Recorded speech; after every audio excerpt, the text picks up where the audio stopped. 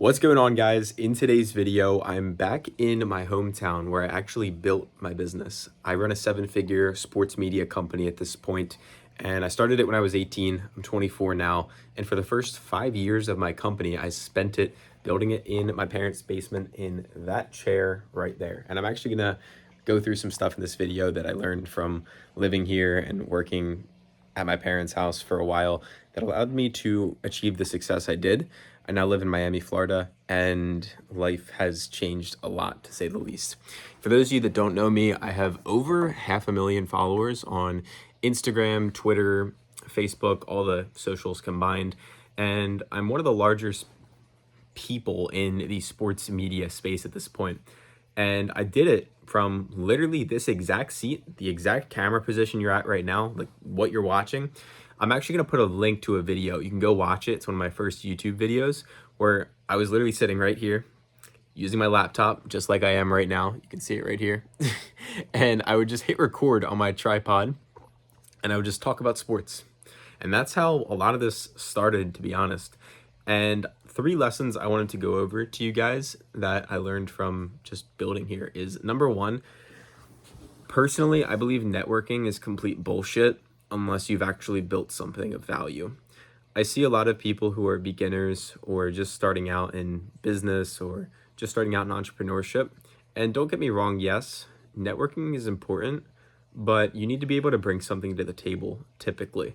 Obviously, there's going to be one-off cases where you meet somebody and they can change your life for completely free, but more often than not, you're going to need to build your own network as you go. And I don't think networking events or joining big communities just for the only sole purpose of networking is really going to be valuable to you until you're making at least $1,000 a month online, or a couple $100 a month at least with your online business.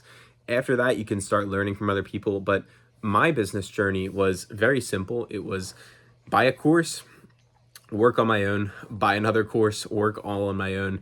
And then as I started to get to about 5 to 6K a month, was when I started worrying about joining some networking groups, seeing if I could meet people and learn some things. And that's when my business really did start to take off. Now, could I have done it sooner? Yeah. But do I believe it would have been a waste of time? Yes. So if you're in a position right now where you haven't started yet, or you've started but you're still struggling, the easiest way, or the easiest thing I can tell you, is just put your head down, study your competitors, and go. Because at the end of the day, yes, there's people that know more than you, but to get in the doors, or get in the door with them, to get into conversations with the people that you truly desire to, you're going to have to be able to provide some type of value or show some type of experience that you've actually put in the work already.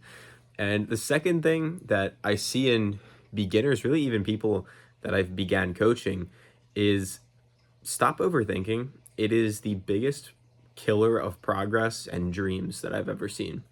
For example, I know so many people that are trying to start businesses, not even posting about sports, but just posting about anything, or literally any kind of business, whether it's in person where people come into your store, or you start selling something online, whatever it is. So many people get caught up in things that don't matter that much, like your name, your logo, exactly where certain letters are in your website. And like, you might be sitting here thinking, well, no, that is important, but like, it's not, because you can go back and change it later on. The biggest thing, in my opinion, is if I was starting from absolute scratch today, like point blank $0 to my name, if you took all the knowledge out of my head, if I could just leave myself with one piece of knowledge, it would just be to, at least for online business, just start posting and keep posting and become obsessed with analyzing your competitors, using what is working for them, and using it for yourself. So something I do is I post shorts on social media, on YouTube, wherever it is, and I will literally copy, not bar for bar, but pretty close to it, some of the most viral trending topics online. And then if I want to change my name later on, my logo later on, I can go ahead and do that. The one thing you can't make up for is lost time.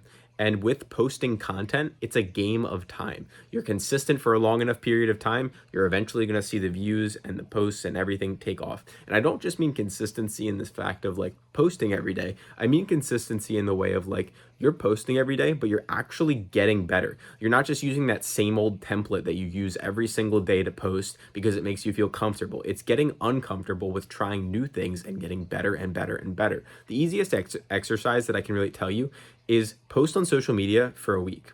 You're probably going to get into a bit of a groove. You're probably going to start feeling a bit better about yourself. Then go take your most recent post and hold it up next to somebody that has 200,000 followers and their most recent post and watch them side by side. You will realize how far you need to go, and your goal is to bridge that gap as fast as possible while being consistent. It's not just keeping going, it's keeping going but getting better and better and better. And even when you already are really good at what you do, I believe I'm the best at what I do, which is posting sports content online. As I told you before, I have over 400,000 on Instagram, a couple 100,000 on Discord and Twitter and YouTube and Facebook combined. And what I'm obsessed with is finding things that work, copying them, implementing them, and being better than everyone I can possibly be. Now, look, yes, I'm not the best in the world at everything, but I do believe that I have the best team in place. And the way I was able to do that was, guess what? I posted on my own for a while, grew a following, and then I started hiring some of my followers and giving them actually profit shares in my company to keep them incentivized, opposed to just saying, hey, you're going to make $1,000 a month. I'd rather say, hey, you're going to get 5% of my company's profit, 10% of my company's profit, because it means when you actually get views and you generate really good content and you're actually striving to improve, it means their income will go up with it.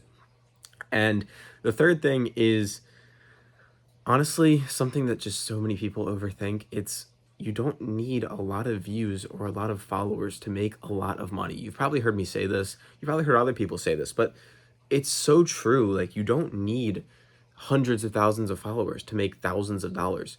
Like, you can literally make well over $1,000 a month, even 10 grand a month, with less than 1,000 views every day on YouTube, just posting about sports content. And that might sound insane, but I've literally done it myself. And I did it a couple years ago on my main channel, Bill Harrelson Picks, if you want to go ahead and look me up. And I'm not going to act like there's an end-all be-all path to getting there, because the fact is times do change.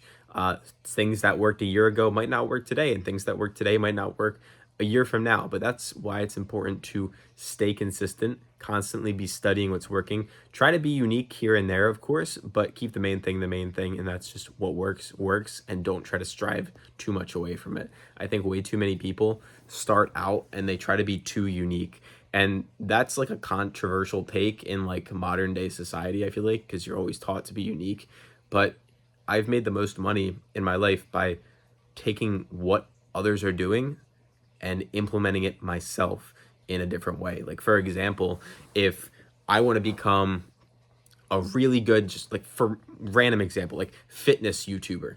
Well, if I see somebody's like popping off with these thumbnails where they use like yellow text, and then I see another guy who's popping off with a different kind of thumbnail, but he has like a really engaging like title on his video where it's like the best workout, and then he puts a bunch of different emojis, and I see he's getting a ton of views, and I see the guy with the yellow thumbnails are getting a lot of views. Well, maybe I'll just take this guy's thumbnail and I'll use this guy's title and I'll put it together and make it my own kind of spin on things, if that makes sense. So there's a lot of different ways you can go about things, but the number one thing I want you guys to take away from this video is it doesn't matter where you started from, because I literally used to record videos in this exact chair. You can even see that over here, I have a fish tank that would run in the background of my videos, and people would literally comment and be like, I hear your toilet. And it's like, bro, it's a fish tank, it's not a toilet. But yeah, what am I trying to say here, guys? Just take some risks, stay consistent, and study others, and you will make it, essentially, if you give it enough time. If you want to learn from me, if you guys want to work with me, I do have a link down below to a coaching. I started the coaching last August, so August of 2025, and it's grown pretty fast. So if you guys want to go ahead and apply, the link will be down below. If not, appreciate you for watching this far if you made it, and have a good day.